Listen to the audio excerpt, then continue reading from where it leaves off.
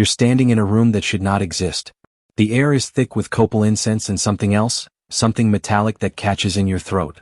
It's November 1519, deep inside the Templo Mayor of Tenochtitlan, and Hernán Cortés has just discovered that everything he thought he knew about the Aztec Empire was catastrophically incomplete.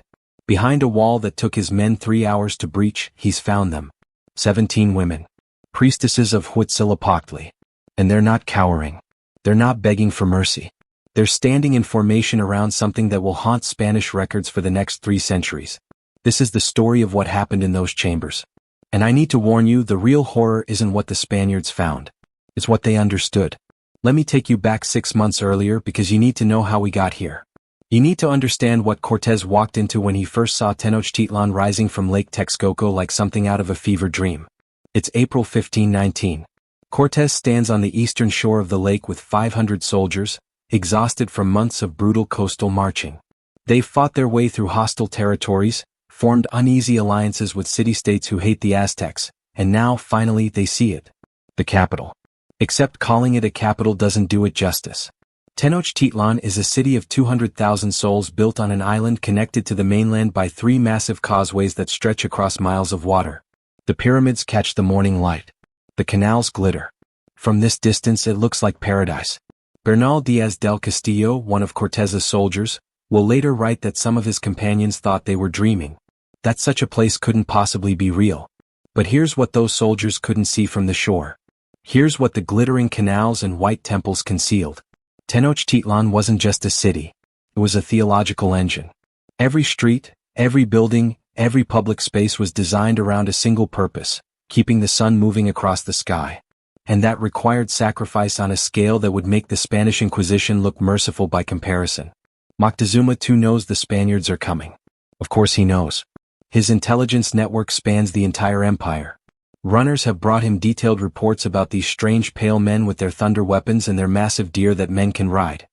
He's received gifts from coastal tribes describing how a single Spanish soldier with an arquebus can punch through obsidian armor from 100 paces. His priests have consulted the sacred calendar, read the omens in smoke and blood, and delivered their verdict. The gods are silent. That should terrify you because in Aztec cosmology, divine silence means only one thing. The current age is ending. Everything is about to change. And Moctezuma, absolute ruler of the most powerful empire in Mesoamerica, is paralyzed by the weight of prophecy and political calculation. Does he fight? Does he welcome them? Does he try to determine if these strangers might be emissaries of Quetzalcoatl, the feathered serpent, whose return was foretold? So he does something that will seal his fate. He invites them into the city. He offers them a palace to stay in. He showers them with gifts, gold and jade and turquoise, trying to understand what these strangers want. And Cortés, who understands power dynamics better than almost any conquistador in the Americas, realizes he's been handed an impossible opportunity. He's inside the most fortified city in the New World with only a few hundred men, surrounded by thousands of warriors. One wrong move and they're all dead. So he does the only thing that makes sense to him. On November 14, 1519, during a diplomatic meeting, he takes Moctezuma hostage. The audacity of this moment cannot be overstated. Imagine you're an Aztec noble watching this unfold. The Spanish soldiers suddenly surround your emperor. Cortés is speaking through his translator, Dona Marina, a woman who's become his voice in this alien world. He's explaining calmly that Moctezuma needs to come with them. That he'll be treated with all due respect. That this is just a temporary arrangement. And Moctezuma, divine king, living representative of the gods, agrees. He walks out of his own throne room flanked by Spanish soldiers. His nobles are frozen in confusion. Do they attack? Do they defend their emperor?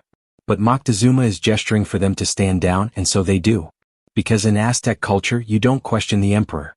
Even when nothing makes sense anymore. For 6 months this impossible situation holds. Moctezuma becomes a prisoner in his own palace, and yet the city continues to function around him. He issues orders. He receives tribute. He performs the necessary rituals. But everyone can see the Spanish soldiers standing behind him. Everyone knows the truth. The heart of the empire is captive, and nobody knows what to do about it. The tension in Tenochtitlan during those months is a living thing. You can feel it in the markets where vendors fall silent when Spanish soldiers pass. You can see it in the way Aztec warriors grip their macuahuitl swords, Those brutal weapons edged with obsidian blades sharp enough to behead a horse with a single swing. The city is a pressure cooker. And Cortés knows it. This is when he starts exploring. He's established enough control that he can move through certain parts of the city with armed escorts. He's fascinated by the Templo Mayor, the Great Pyramid at the city's heart, and he's horrified by what he finds at its summit. 2 temples, one dedicated to Tlaloc the rain god, one to Huitzilopochtli the god of war and the sun. The walls are encrusted with dried blood. The air reeks of death. Spanish chroniclers will describe floors so thick with gore that soldiers slip on them. Human hearts burned in braziers.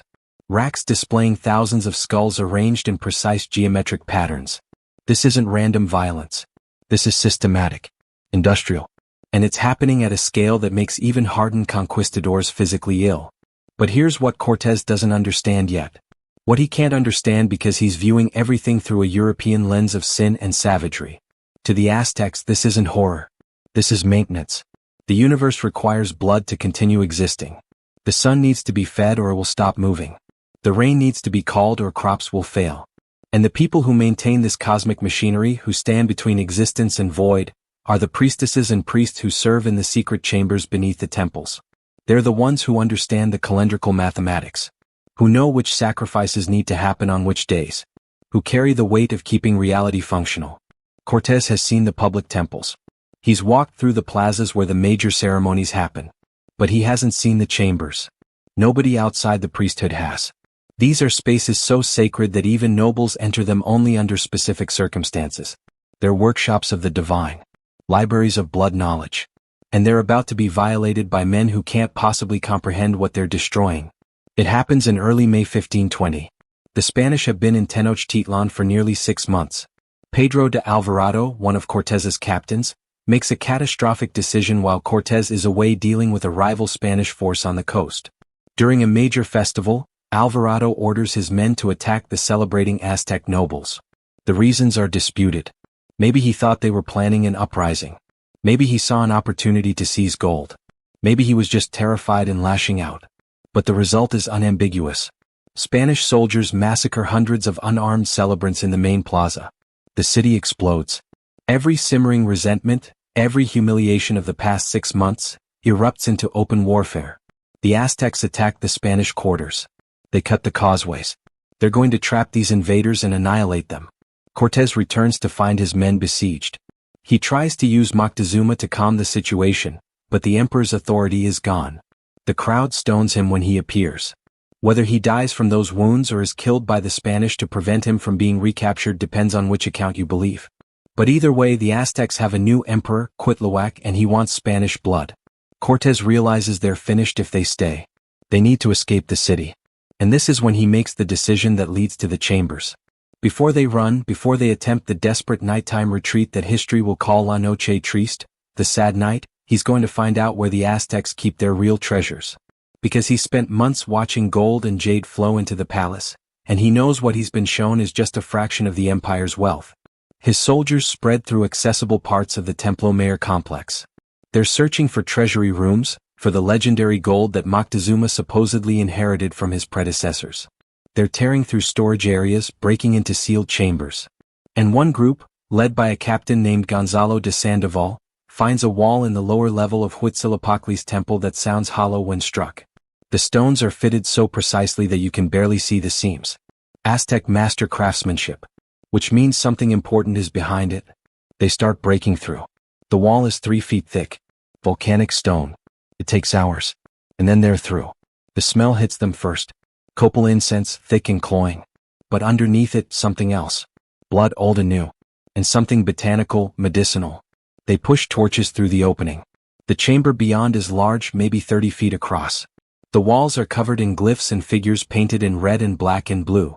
And standing in a semicircle around a central altar are 17 women. They're dressed in the regalia of priestesses. Elaborate headdresses. Ceremonial cloaks. Their faces are painted with precise geometric patterns. And they're not moving. They're not attacking or fleeing. They're just standing there in the torchlight, watching Spanish soldiers pour through the breach in the wall. Sandoval will later testify that his first thought was that they'd found some kind of harem. That these were Moctezuma's women hidden away. But that doesn't explain the altar between them. That doesn't explain what's on the altar. Or the expression on the priestesses' faces. Because they're not afraid. They're not surprised. If anything, they look satisfied. Like something they've been waiting for has finally arrived. The altar is obsidian. Pure black volcanic glass polished to a mirror finish. On it sits a codex, a folded bark paper book covered in glyphs. Next to the codex is a collection of tools, blades and incense burners and ceramic vessels. And around the whole arrangement, set into the floor in a perfect circle, are human skulls. They've been modified. The tops have been cut away and the interiors filled with some kind of resinous substance. They're being used as holders for small fires that burn without smoke. The whole scene is so theatrically strange that several of Sandoval's men genuinely believe they've stumbled into some kind of witchcraft. The eldest priestess steps forward. She's perhaps 50, which in 1520 Tenochtitlan means she's ancient. Her face is a map of ritual scars. She speaks in Nahuatl, the Aztec language. None of Sandoval's men understand her. They need a translator, but Dona Marina is with Cortés elsewhere in the city. So they do what conquistadors do. They grab the priestess. They grab all 17 women. They're going to drag them out of this chamber and back to Cortés so someone can explain what they've found. And this is when everything goes wrong. The moment the soldiers touch the eldest priestess, the others move. Not to attack. To complete something. The younger priestesses rush to the altar. They're moving in perfect synchronization, clearly executing a rehearsed sequence. They grab the ceramic vessels. They pour their contents onto the codex. The liquid that comes out isn't water. It's black and viscous and it hits the paper with a sound like meat slapping stone. The codex begins smoking. Not burning. Smoking. Like it's dissolving from within. One of the priestesses produces a blade, obsidian and sharp as broken glass, and cuts her own throat. The blood sprays across the altar. Across the codex. The other priestesses are chanting, a rhythmic series of syllables that sound more like mathematics than prayer. And Sandoval, who's fought his way across the Caribbean and through a dozen indigenous rebellions, feels something he hasn't felt in years. Pure existential terror. His men start hacking at the priestesses with swords. It's not combat. It's panic. They're killing these women because they don't understand what's happening and fear is driving them. Within minutes, all 17 priestesses are dead or dying on that chamber floor. The altar is covered in mingled blood. The codex is still smoking, edges curling and blackening, glyphs fading like they were never there. And when Sandoval finally gets his men under control and approaches to see what they were trying to destroy, the codex crumbles to ash the moment he touches it. Just disintegrates. Like it was held together by will alone. They search the rest of the chamber in silence. The walls are covered in astronomical charts. Calendrical calculations stretching back hundreds of years. Detailed anatomical drawings of human hearts and lungs and brains. There are shelves holding dozens of smaller codices, each one bound in human skin and written in a script so dense that it looks like solid blocks of black ink. There are jars filled with preserved organs. Boxes containing jade figurines arranged in specific patterns. And in the far corner, behind where the priestesses had been standing, there's a pool. It's maybe 10 feet across, filled with water so dark it looks like oil. The surface is absolutely still. No ripples. No reflection. Just darkness. One of Sandoval's men, a soldier named Diego Velázquez, walks to the edge of the pool. He's seen a lot of strange things in this city. He's past the point of shock. He wants to know how deep it is, so he picks up one of the torches from the skull holders and tosses it in. The torch hits the water and vanishes. No splash. No sound. Just gone. The surface of the pool remains undisturbed. Velázquez stares at it for a long moment. Then he backs away. They all back away. Whatever that pool is, it's not something they want to investigate further. Sandoval orders his men to take everything they can carry. The codices, the jade figurines, anything that looks valuable or important. They're stuffing these items into bags when they hear it. A sound coming from deeper in the complex. It's rhythmic, drumming. And with it, voices chanting. Thousands of voices. The Aztec warriors are massing for another assault on the Spanish quarters. Sandoval realizes they're out of time. They grab what they can and run, leaving the bodies of the priestesses where they fell, leaving that impossible pool, leaving most of the chamber's contents unexplored. As they're climbing back through the breach in the wall, one of the men looks back. Later, he'll swear that he saw the eldest priestess, the one whose throat had been cut, raise her hand and point at him. But that's impossible. She'd been dead for 10 minutes. He knows what he saw. He also knows nobody will believe him. They get back to the main Spanish compound just as the full-scale assault begins. The next 72 hours are chaos. Cortés is trying to organize a retreat. The Aztecs are attacking from every direction. Soldiers are dying. The treasures they'd accumulated are being lost or destroyed. And in the confusion, most of what Sandoval's men recovered from the secret chamber is abandoned. Too heavy. Too bulky. They need to move fast and light if they're going to survive. But Cortés, who understands the value of knowledge even in crisis, makes sure that 3 of the smaller codices are packed into waterproof bags and given to his most trusted men. If they make it out of Tenochtitlan, those books are coming with them. La Noche Triste happens on June 30, 1520. The Spanish try to sneak out of the city at night using a portable wooden bridge to cross the gaps where the causeways have been cut. It fails spectacularly. Aztec warriors swarm them. Hundreds of Spaniards die, pulled into the canals by the weight of the gold they tried to carry.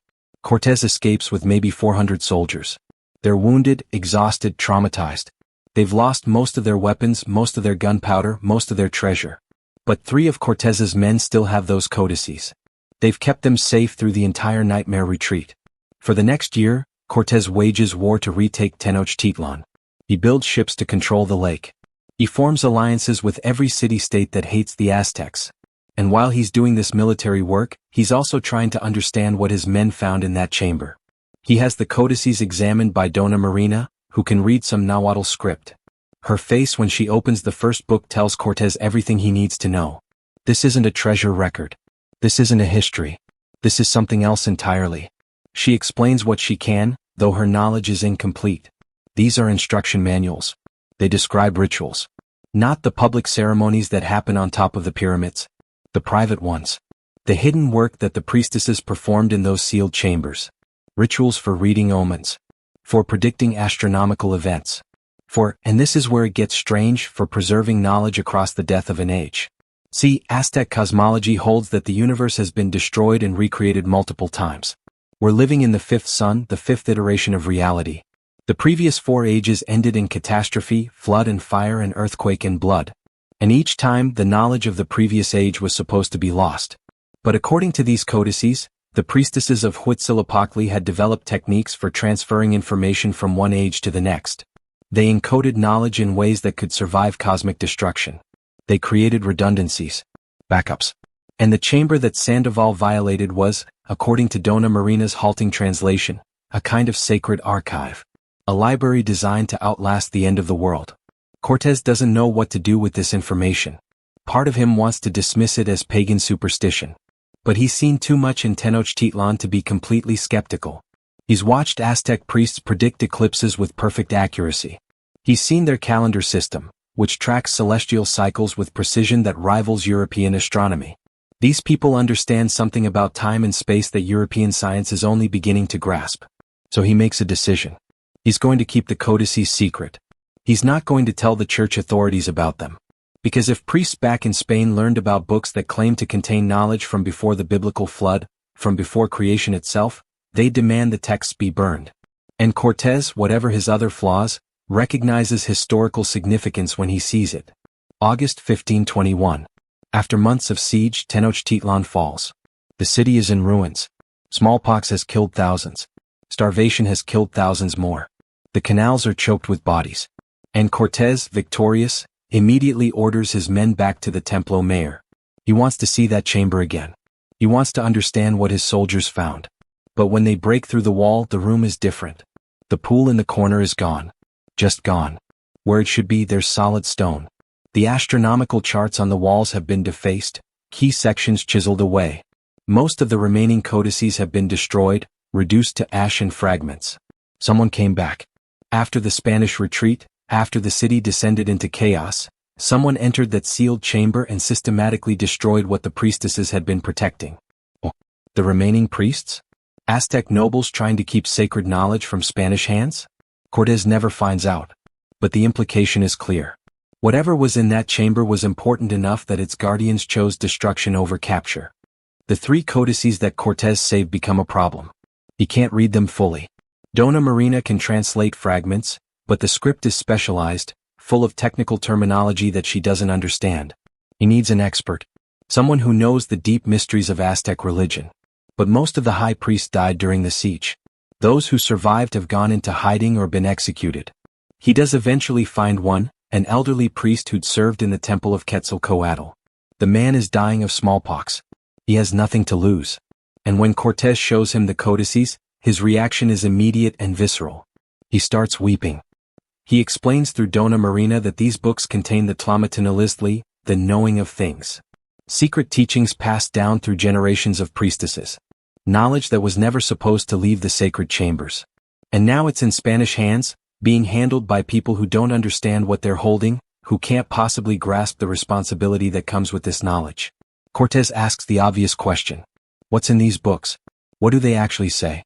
And the priest, knowing he's going to die anyway, tells him. The codices contain methods for reading patterns. Not just in the stars or the calendar but in events themselves. They describe techniques for identifying cycles in history, for recognizing when an age is ending, for preparing for the transition to whatever comes next. They explain how to preserve not just information but understanding across catastrophic discontinuity. And they contain warnings. Specific signs that indicate the fifth sun is approaching its end. The priest goes through the list. Strange foreigners arriving from across the Eastern Ocean. New diseases that spread like wildfire. The breaking of ancient alliances. The death of emperors in shameful circumstances. Traditional knowledge being lost or suppressed. Every single sign has already happened. According to the codices, according to the mathematics worked out over centuries by priestesses in hidden chambers, the fifth sun is ending right now. The Spanish conquest isn't just a military defeat. It's a cosmic transition. The universe is changing. And the knowledge needed to survive that change has just been scattered and destroyed. The priest dies 3 days later. Cortés has the codices packed away. He includes them in his official correspondence to King Charles V of Spain, describing them as curious documents of the Indian religion. He downplays their significance. Doesn't mention the claims about surviving the end of ages. Doesn't mention the destroyed chamber or the pool that vanished. He frames everything as anthropological curiosity.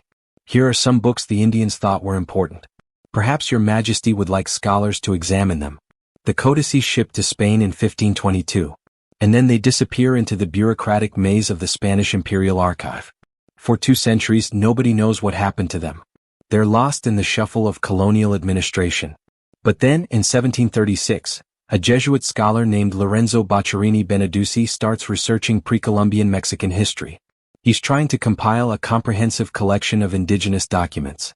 And in the Royal Archives in Seville, in a box labeled simply Mexican Curiosities, he finds 3 books bound in human skin and written in a script he doesn't recognize. The papers attached to them indicate they were sent by Cortés. Boccherini knows enough Nahuatl to realize these are significant. He starts translating. And what he reads makes him physically ill. The books describe in clinical detail the rituals performed by the priestesses of Huitzilopochtli. Not the public sacrifices everyone knows about. The private work. How to read human organs for astronomical data. How to use sacrificial blood as a medium for calendrical calculation. How to achieve altered states of consciousness that allow perception of deep time. There are diagrams of human anatomy labeled with their calendrical correspondences. Instructions for creating what the text calls anchors, physical objects encoded with information that can survive catastrophic destruction. And there are the predictions. The mathematical models that the priestesses used to forecast the end of the fifth sun. Boccherini checks their calculations. As far as he can tell, they're rigorous. Based on cycles of celestial motion, historical patterns, mythological timeline. And according to every model in these books, the fifth sun should have ended sometime around 1520. Right when Cortés conquered Tenochtitlan. But the world didn't end. We're still here. Which means either the calculations were wrong, or the priestess's understanding of what the end of an age means was different from apocalypse. Maybe it's not about physical destruction. Maybe it's about epistemic collapse. The death of a way of knowing. The loss of a worldview. In 1520 the Aztec universe did end. Their gods died. Their calendar became obsolete. Their entire framework for understanding reality was replaced by European Christianity. From a certain perspective, that is the end of the world. Everything that made sense before no longer applies. And if that's what the priestesses were preparing for, if their rituals and their hidden knowledge were about preserving some kind of understanding through that transition, then they failed. Because that knowledge is gone. Lost in sealed chambers. Destroyed by the Spanish. Scattered across archives where nobody understands its significance. Boccherini becomes obsessed. He spends the next 6 years trying to recover more Aztec codices, trying to reconstruct what was lost. He travels to Mexico, interviews descendants of the indigenous nobility, searches through monastery libraries where documents might have been hidden. He finds fragments, references to the priestesses, descriptions of the hidden chambers, second-hand accounts of rituals that sound similar to what's described in the three codices. But nothing concrete. Nothing that would allow someone to actually understand what the priestesses knew. And then in 1742, Spanish colonial authorities arrest him. The charges are vague. Something about unauthorized research. Disturbing the peace. They confiscate his entire collection. Thousands of documents, including the three codices from Cortés. Boccherini is deported back to Europe. He spends the rest of his life trying to get his collection back, filing appeals, writing letters to every official who might help. He dies in 1755 without ever recovering his life's work. The documents scatter again. Some end up in Mexican museums. Some in European libraries. A few remain in the Spanish archives. But the three codices, the ones that Cortés took from the chamber, vanish completely. For all practical purposes, they cease to exist. Scholars who study pre-Columbian Mexico occasionally reference them in footnotes. There are mentions in 18th century catalogs. But the actual books? Gone. Maybe destroyed. Maybe sitting in some unopened box in a basement in Madrid or Mexico City. Nobody knows. And that brings us to the present day. In 2019, 500 years after Cortés entered Tenochtitlan, a team of Mexican archaeologists is doing excavation work near the site of the old Templo Mayor in Mexico City. They're digging deep below the colonial-era buildings trying to reach the Aztec levels. And they find a chamber. It's not large, maybe 15 feet across. The walls are volcanic stone. There's evidence it was intentionally sealed at some point, the entrance carefully blocked with fitted stones. When the archaeologists break through, they find something unexpected. The room is almost empty. But in the center, set into the floor, there's a stone basin. It's maybe 3 feet in diameter, carved from a single piece of obsidian. The interior is polished to a mirror finish. And it's filled with a black substance that nobody can immediately identify. They test it. The substance is organic. Multiple compounds. Includes human blood, definitely. But also copal resin, various plant materials, mineral components. And the proportions are precise. This isn't some random mixture. This was carefully formulated according to a specific recipe. They also find traces of the substance on the walls. It was splashed around the room. Possibly during some kind of ritual. And on the floor, arranged in a circle around the obsidian basin, they find skulls. 17 of them. They've been modified. The tops cut away. And forensic analysis reveals something disturbing. These are female skulls. All of them. And they date to approximately 1520. The lead archaeologist, a woman named Carmen Rodriguez, reads the Spanish chronicles. She knows about Sandoval's discovery of the priestesses. She knows about the sealed chamber, the pool that supposedly vanished, the destroyed codices. And she's looking at this small room with its black basin and its 17 female skulls, and she's thinking, this is it. This is where they made their last stand. After the Spanish retreat, after La Noche Triste, before Tenochtitlan fell completely, the surviving priestesses gathered here. In this small chamber beneath the city. And they performed one final ritual. Maybe trying to preserve their knowledge. Maybe trying to complete whatever working their sisters had died protecting. Maybe just refusing to let their tradition end without some gesture of defiance. The skulls suggest they died here. The black substance suggests they used it for something. But what? What were they doing in this room while the city burned above them? Rodriguez can't answer that question. Not with certainty. The physical evidence doesn't explain intent. But she finds something else. Carved into the obsidian basin, almost too small to see without magnification, there's text. Nahuatl glyphs. Just a few. And when she has them translated, they say, what was will be again. What is known will be remembered. It's not a prayer. It's not a curse. It's a statement of fact. Or maybe hope. The idea that knowledge, once created, can't be completely destroyed.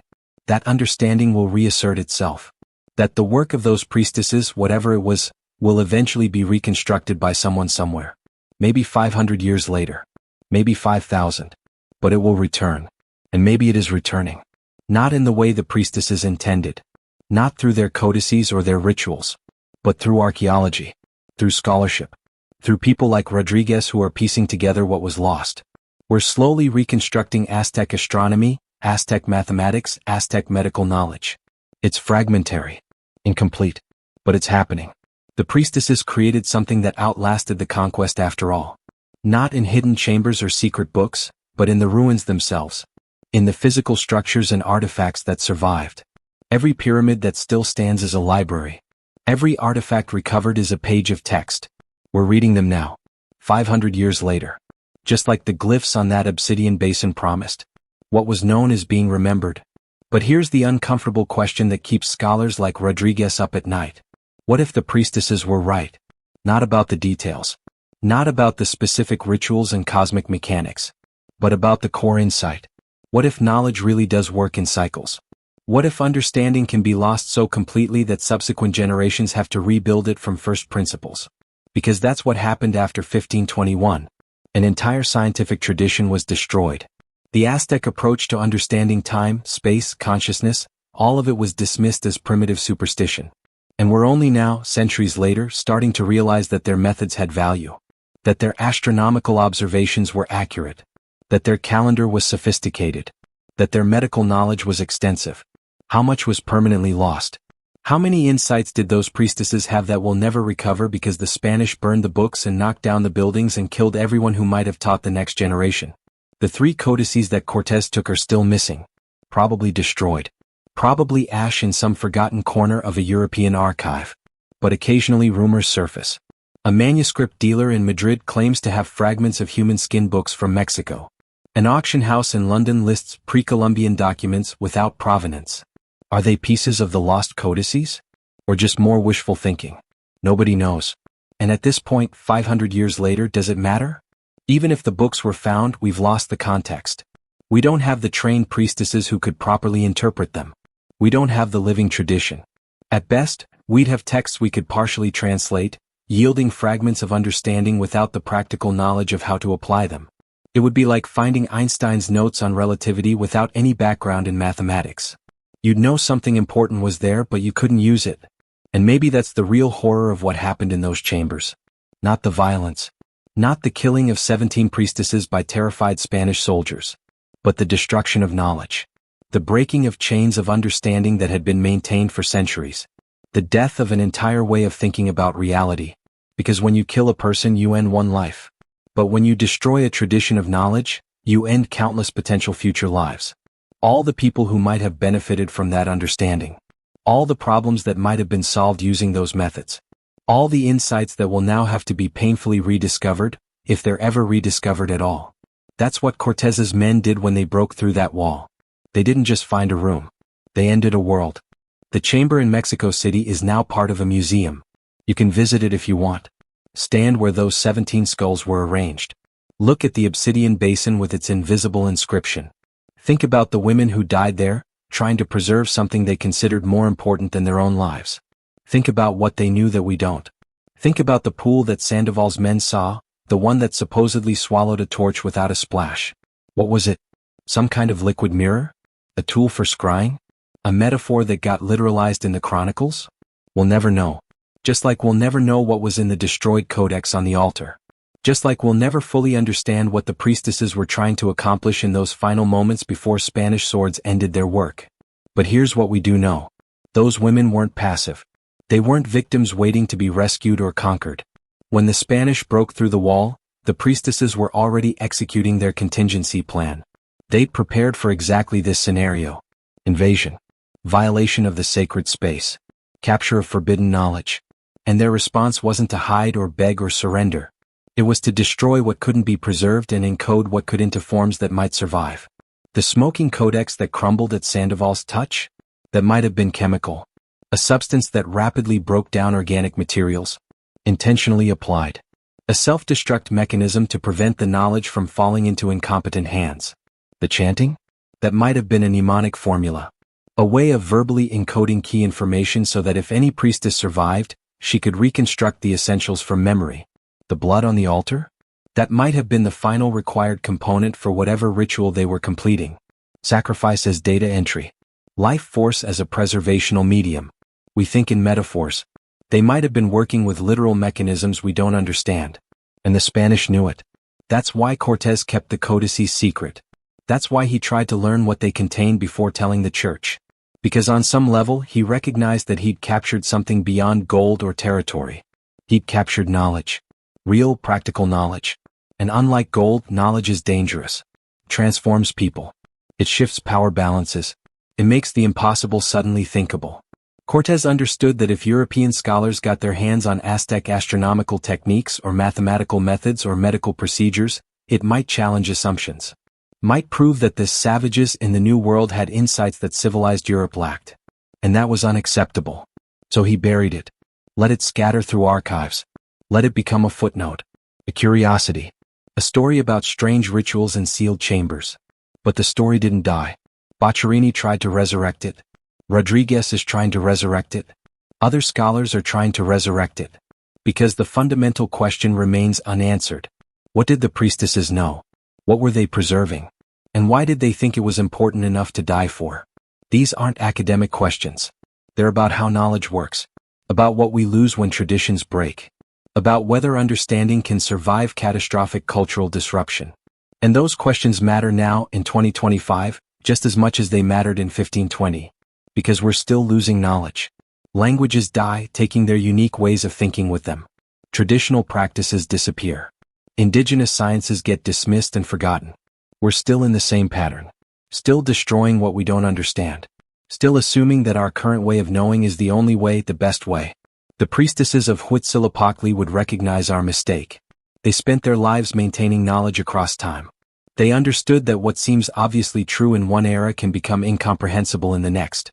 They built systems, redundancies, backups to prevent total loss. And then Spanish soldiers with swords and guns and absolute certainty in their own rightness broke through the wall and killed them before the work was complete. That's the tragedy. Not that they died, but that they almost succeeded. Whatever they were trying to preserve, whatever knowledge they were encoding into forms that could survive the end of their world, they were close to finishing. The codex on the altar was the final step. The chanting was the final component. And Sandoval's terrified men ended it 30 seconds too early. We almost got to see what happens when a knowledge tradition successfully transfers itself across a catastrophic discontinuity. Almost. But the gap was too wide, the violence too sudden, and the moment was lost. What would we have learned if they'd finished? What could those codices have taught us? What might have been encoded in that black substance in the obsidian basin? We'll never know. The secret chambers of Tenochtitlan kept their secrets. The 17 priestesses took their knowledge to graves that might not even exist anymore, lost beneath the streets of modern Mexico City. And Cortés's 3 salvaged codices are dust somewhere, assuming they ever existed at all. Maybe Boccherini invented them. Maybe the whole story is colonial fantasy, Spanish chroniclers trying to make sense of a culture they couldn't understand, projecting their own ideas about secret wisdom onto a people they'd conquered. Maybe there were no hidden chambers. No pool that swallowed torches. No priestesses standing in silent formation around an altar. Maybe it's all just a story. But that obsidian basin in the museum is real. Those 17 skulls are real. The sealed chamber beneath Mexico City is real. And the glyphs carved into the stone are real. What was will be again. What is known will be remembered. A promise or a threat. A hope or a warning. 500 years later we're still trying to figure out which. Because every time we recover another fragment of Aztec knowledge, every time we realize they understood something we thought was modern, we're forced to confront an uncomfortable truth. We didn't discover it. We rediscovered it. They knew it first, and we forgot. And now we're slowly, painfully reconstructing what they once held in living memory. That's what the priestesses were trying to prevent. The forgetting. The gap. The loss. They failed. But the fact that we're trying to recover their knowledge at all suggests that maybe, in some strange way, they also succeeded. Because 500 years after Cortés ordered his men to breach that wall, we're still thinking about what was inside. We're still asking what the priestesses knew. We're still trying to remember. And as long as that impulse exists, as long as someone somewhere is working to recover what was lost, the work of those 17 women isn't finished. Just waiting. In sealed chambers. In coded glyphs. In stories passed down through generations. Waiting for the moment when understanding aligns with evidence, when knowledge finds someone prepared to receive it. Waiting for what was to become again. For what is known to finally be remembered. That's the real secret of the chambers. Not what they contained, but what they represented. The refusal to let understanding die. The insistence that knowledge, once created, has its own survival instinct. Its own way of reasserting itself across any gap, Any catastrophe, any conquest. The priestesses knew that. They bet their lives on it. And 500 years later, here we are. Remembering. Just like they promised.